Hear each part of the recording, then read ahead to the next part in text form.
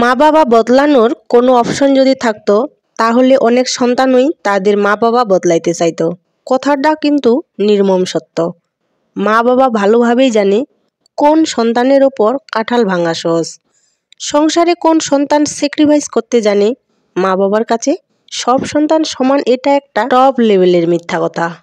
আমার কাছে মনে হয় এই কথাটা পৃথিবীর সুন্দর মিথ্যাগুলির মধ্যে অন্যতম একটা মিথ্যা কথা। আমাদের এই দেশে বাবা মায়ের সব সন্তান কখনোই সমান হয় না। আমাদের দেশে ছেলেকে বিয়ে করানোর পর ভাবা হয় ছেলে পর হয়ে গেছে, সে এখন আর বাবা মায়ের নাই, সে এখন বউ কিংবা শ্বশুর বাড়ির মানুষ। আমি বলছি না সব বাবা মাই এরকম, কিন্তু বিশ্বাস করেন আমি এমন অনেক বাবা মায়েদের দেখেছি যাদের জন্য নিজের ছেলের জীবন নরক হয়ে গেছে, মেয়ের সাজানো গোছানো সংসার ধ্বংস হয়ে গেছে।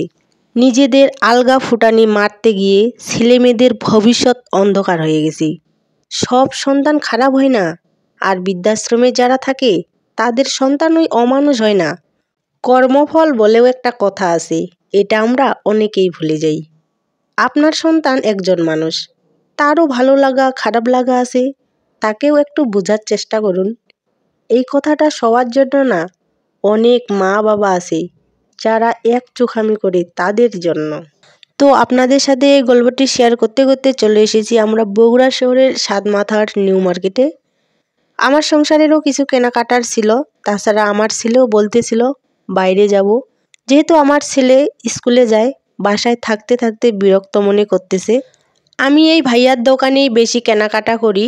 এই ভাইয়ার দোকানে সব রকমেরই জিনিস পাওয়া যায়। আপনি ডিনার সেটের জিনিস নিতে চাইলে নিতে পারবেন। তাছাড়া বাচ্চাদের খেলাধুলার জিনিস, পড়ালেখার বই, মেয়েদের যে কোনো কসমেটিক সবই পাওয়া যায় এই ভাইয়ার দোকানে। আমাদের যা কেনাকাটার ছিল এখানে আমরা সব নিয়েছি, নেওয়ার পর আমরা খাইতে গেছি। তো আমার ছেলে অনেক কিছুই খেয়েছে, অনেক দিন ধরেই বার্গার আর চাউমিন খেতে চেয়েছিল, তো ওগুলাও খেয়েছে। আর আমি এখানে নিয়েছি পেঁয়াজি আর একটা সামোচা, আর এখানে নিয়েছি 1 কাপ করে 3 জনে 3টা চা। ঠান্ডার দিনে চা না খেলে কি চলে? যেহেতু আমরা এখন পরিবারের সদস্য 3 জন, তো 3 জনে 3টা চা নিয়েছি।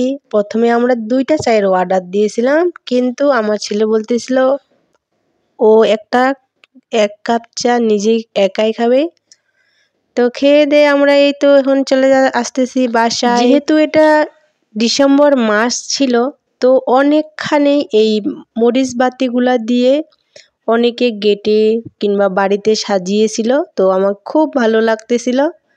আর আমরা ওই দোকানে আমার তো সংসারের জিনিস কিনেছি, আর সাথে আমার ছেলে একটা গাড়িও নিয়েছে, এটা চার্জার গাড়ি ছিল। আর আজকে এখানে ভিডিওটি শেষ করলাম। ধন্যবাদ সবাইকে, সবাই ভালো থাকুন, সুস্থ থাকুন।